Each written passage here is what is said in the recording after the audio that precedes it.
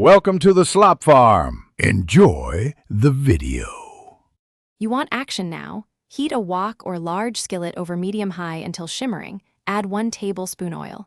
Once hot, toss in chopped aromatics, garlic, onion, scallion to bloom flavor. Make a small well and crack in 1 egg. Scramble quickly so it cooks but stays soft.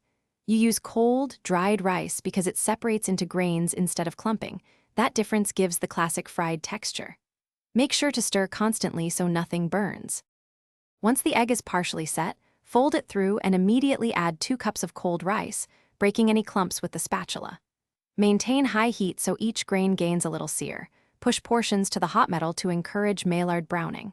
Keep tossing and spreading to avoid steaming. Now add 2 tablespoons soy sauce and any aromatics. This layers savory flavor evenly. Make sure to taste and adjust seasoning as you go for balanced salt and umami. You're close. Add cooked vegetables or proteins and toss just to heat through so they don't release excess water. Finish by drizzling 1 teaspoon sesame oil and adding chopped scallions for freshness. Give 1 final quick stir. Serve hot for best texture. If you find the rice soggy, make sure the pan is very hot. Spread the rice thin and dry fry without oil for 1 to 2 minutes to evaporate moisture. This usually restores separate grains and improves texture. Thanks for watching. Consider subscribing if we helped you today.